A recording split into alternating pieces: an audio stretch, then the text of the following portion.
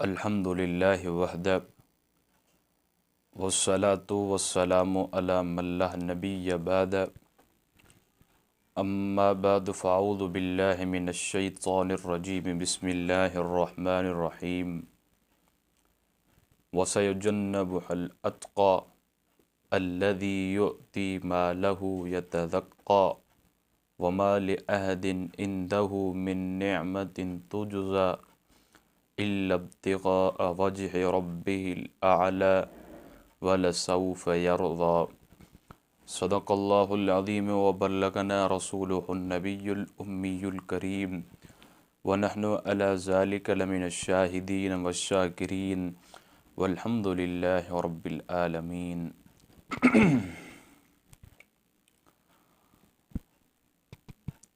میرے محترم دوستوں اور بھائیوں اور بزرگان دین، اللہ کا کرم ہے کہ اللہ پاک نے مجھے اس لب کشائی کرنے کا موقع عطا کیا اور آپ کو سننے کا موقع عطا کیا۔ آج اس پروگرام کا عنوان ہے سیمینار حضرت ابوبکر صدیق رضی اللہ تعالی عنہ۔ میرے دوستو، 22 جمادی الثانی حضرت ابوبکر صدیق رضی اللہ تعالی عنہ کی وفات ہے، تو اس کے موقع مناسبت کے میں نے اس موقع کا لحاظ رکھتے ہوئے حضرت ابوبکر صدیق رضی اللہ تعالی عنہ کی جو حضور اکرم صلی اللہ علیہ وآلہ وسلم پر قربانیاں اور ان پر جو وفاؤں کی انتہا کی ہے، میں آپ کو کچھ لمحوں میں وہ آپ کو سمجھاؤں گا۔ اللہ سے دعا ہے کہ اللہ پاک مجھے صحیح سمجھانے کی توفیق عطا فرمائے۔ میرے دوستو، حضرت ابوبکر صدیق رضی اللہ تعالی عنہ، اس کا نام ابو بکر نہیں ہے، اس کا نام عبداللہ ہے۔ توجہ کرنا، حضرت ابوبکر صدیق رضی اللہ تعالی عنہ کا نام عبداللہ ہے، ٹھیک ہے، اور ابو بکر اس کا کنیو ہے، عربی میں کنیو کہتے ہیں، جسے اس کی اولاد کی طرف نسبت کی جائے۔ یہاں ابو کا معنی ہر جگہ باپ نہیں ہوتا، یہاں ابو کا معنی باپ نہیں ہے، والا ہے، یعنی ابو حنیفہ دین والا، دین کو یکسوئی سے پکڑ کر دین کی خدمت کرنے والا۔ ابو حنیفہ کا یہ معنی نہیں اس کی ایک بیٹی تھی کہ اس کا ایک بیٹی تھی اس کی طرف نسبت کی گئی ہے، یہ نہیں ہے۔ ابو کا معنی ہر جگہ باپ نہیں ہوتا، والا بھی ہوتا ہے، جیسے ابو لبن دودھ والا، تو یہ کافی ترتیب ہے۔ بہرحال ابو کا معنی ہر جگہ باپ نہیں ہوتا، لہذا ابو بکر یہاں جو ابو بولا گیا ہے وہ اس کا معنی باپ نہیں ہے، وہ والا ہے، ٹھیک ہے۔ اب ان کا جو لقب ہے وہ صدیق ہے، ٹھیک ہے، ان کا لقب کیا ہے؟ صدیق، نام عبداللہ، کنیہ ابو بکر، ٹھیک ہے۔ اب اس کے والد کا نام ابو قحافہ، اس کی کنیت ہے، اس کے والد کا نام عثمان ہے، ٹھیک ہے، اور اس کی ماں کا نام بنت صخر، ٹھیک ہے، اسماء بنت صخر۔ اسماء حضرت ابوبکر صدیق رضی اللہ تعالی عنہ کی والدہ کا نام ہے اسماء، اس کی کنیت ام الخیر، اس کو ام الخیر کہا جاتا تھا۔ بہت سے جو لوگ تھے وہ ان کو ام الخیر کے نام سے پکار دیتے۔ تو میرے دوستو، یہ ہو گیا تعارف۔ حضرت ابوبکر صدیق رضی اللہ عنہ کو حضرت محمد کریم علیہ تحیت و تسلیم کے رفاقت کے لیے پیدا کیا گیا تھا۔ مرکات، شرح مشکات کے ملا علی قاری لکھتے ہیں مناقب ابی بکر میں کہ حضرت ابو بکر صدیق رضی اللہ تعالی عنہ جب چھوٹے تھے تو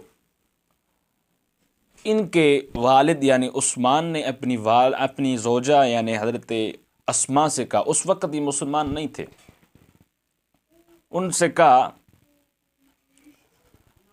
کہ ان سے کہنا میں اس کو اپنے بت خانے لے جاؤں گا. تو وہاں وہ چلے. مختصر میں کر رہا ہوں، حضرت ابو بکر صدیق رضی اللہ تعالی عنہ نے بت کے سامنے آ کر اللہ پاک نے حضرت ابو بکر صدیق کو یہ دل میں ڈال دیا تھا کہ بت کے آگے جھکنا ہی نہیں ہے، بچپن میں ہی سے کبھی جھکنا نہیں ہے، کبھی بھی جھکنا نہیں ہے. حضرت ابو بکر صدیق رضی اللہ تعالیٰ نے جب بت کے سامنے آیا اور بت کو کہا کہ میں بھوکا ہوں، مجھے کھانا تو کھلا دے، میں پیاسا ہوں، مجھے پانی تو پلا دے، جواب نہیں، کوئی نہیں. اس میں صلاحیت ہو تو وہ جواب دے نا. حضرت ابو بکر صدیق نے پھر کہا مجھے کپڑوں کی ضرورت ہے، مجھے کپڑے دے، جواب کوئی نہیں. تو حضرت ابو بکر صدیق کو غصہ آیا، باہر سے ایک پتھر لیا اور سامنے آ کر اس سے کہا اب اپنی خیر مناؤ، اب اپنی حفاظت کرو. پتھر کو اٹھا کر دے مارا تو بت کے 2 ٹکڑے ہو گئے. تو باپ کی چیخیں نکل گئی، یہ کیا کر دیا اس بچے نے، اور غصے سے اس کا ہاتھ پکڑا اور جا کر اپنی زوجہ یعنی ام الخیر سے کہا یہ ام الخیر اس بچے کی حرکتیں نہ دیکھو، ہمارے معبود کو پتھر مار کے آیا ہے، وہ ٹوٹ گیا ہے. تو ام الخیر نے کہا جب یہ بچپن میں جب یہ میرے پیٹ میں تھا تو مجھے کچھ آوازیں آتی تھی کانوں میں، گویا کہ آسمانوں کے جو فرشتے آتے تھے اس کی کانوں میں مجھے آوازیں آتی تھی.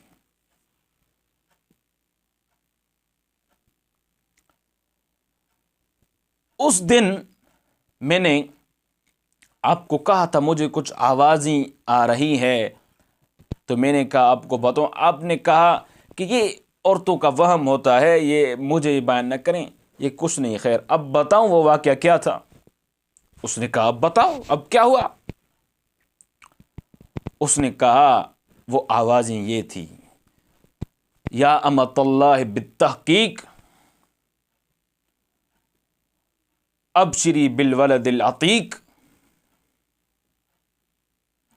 وفی السماء صدیق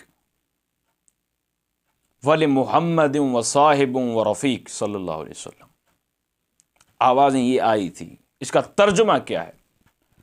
اے اللہ کی بندی، حقیقت میں اللہ کی بندی بن جا، حقیقت والی بات سن. یا امۃ اللہ بالتحقیق، اے اللہ کی بندی حقیقت والی بات سن. ابشری، بشارت دیتے ہیں ہم تم کو، بالولد العتیق، جو تمہیں اولاد ہے، وہ اولاد تم کو وہ ہم اولاد عطا کریں گے کہ جو جہنم سے آزاد کردہ ہے. عتیق کا معنی جہنم سے آزاد کردہ. وفی السماء اسمہ صدیق، اس کا آسمانوں میں نام صدیق ہے، اور یہ حضرت محمد کریم علیہ تحیت و تسلیم کے صاحب اور رفیق ہوں گے. یہ آوازیں آئی تھی. میں نے کہا تھا لیکن آپ نے اس واقعے کو ٹھکرا دیا. یہ خامخواہ یہ عورتوں کا وہم ہوتا ہے. آپ یہ آوازیں اور یہ حقیقت میں تبدیل ہو رہی ہے. یہ کوئی عام بچہ نہیں ہے، یہ ام الخیر کے الفاظ ہیں، مولانا علی قاری نے نقل کی. اب سب سے پہلے جو مردوں میں ایمان لانے والے ہیں وہ حضرت ابو بکر صدیق ہیں. اور جب حضرت ابو بکر صدیق رضی اللہ تعالی عنہ نے ایمان لایا، حضور پاک صلی اللہ علیہ وسلم سے نبوت کی دلیل پوچھی. نبوت تو حضرت ابو بکر صدیق رضی اللہ عنہ نے جب یہ پوچھا تو حضور پاک صلی اللہ علیہ وسلم نے عرض کیا، فرمایا کہ جو تم شام کی طرف جا رہے تھے تجارت کے لیے، جو تم نے خواب دیکھا تھا وہ میں خواب سنا دوں تو بات ختم. تو حضرت ابو بکر صدیق نے کلمہ پڑھ دیا، وہاں کلمہ پڑھا. اس وقت اس کی 6 بازاریں تھیں، کپڑوں کی دکانیں، جو ٹرانسفر ہوتا ہے کپڑا، یعنی بیرونی ملک ادھر سے ادھر، ادھر سے ادھر، یہ اس طرح کا کاروبار چل رہا تھا.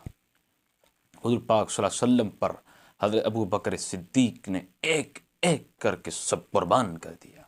آپ ہجرت والے واقعے کو اٹھائیں، سورۃ توبہ آیت نمبر 40 کو اٹھائیں. ثانی یثنین اذ ہما فی الغار، اس آیت کو اٹھائیں. تفسیر مزاری میں علامہ قاضی ثناء اللہ پانی پتی رحمہ اللہ لکھتے ہیں،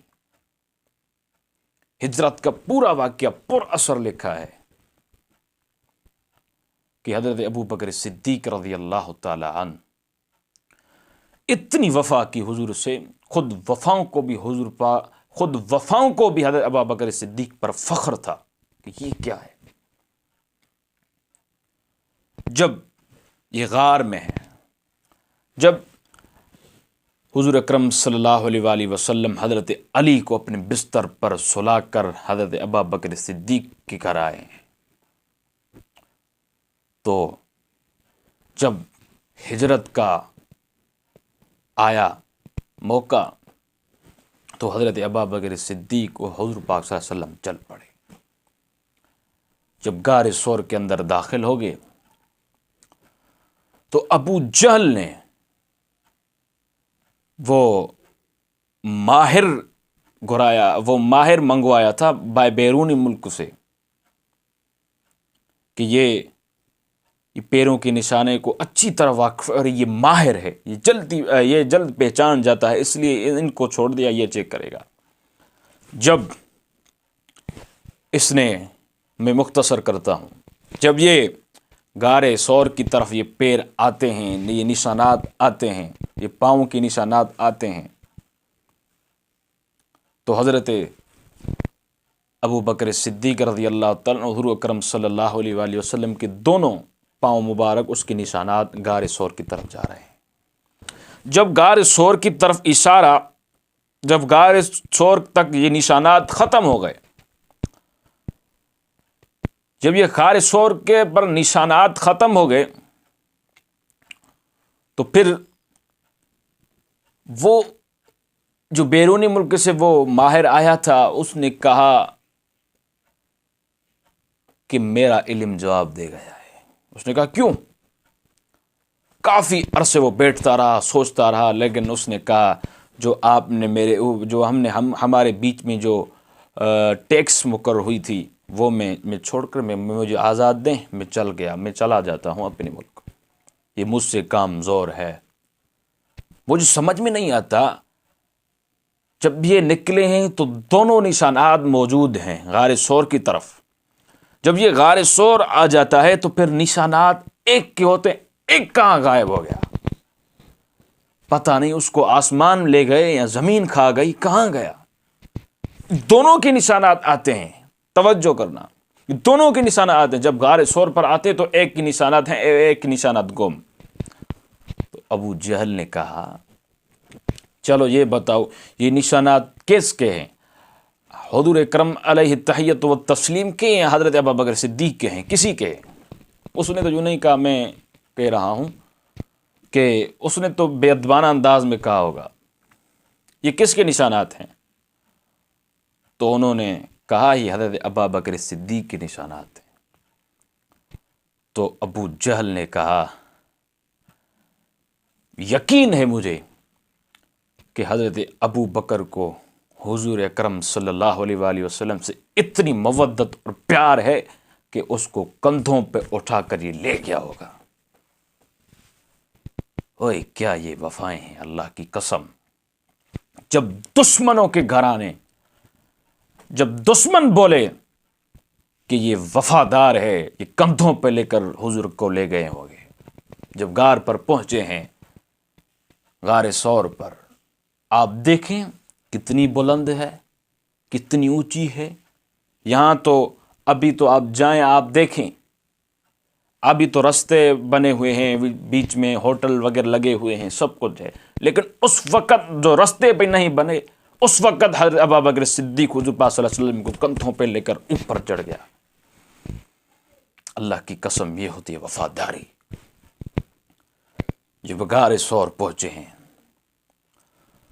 تو حضرت عبداللہ کو، اپنے بیٹے کو عرض کیا، فرمایا یہ بات کہیں نہیں پھیلنی چاہیے۔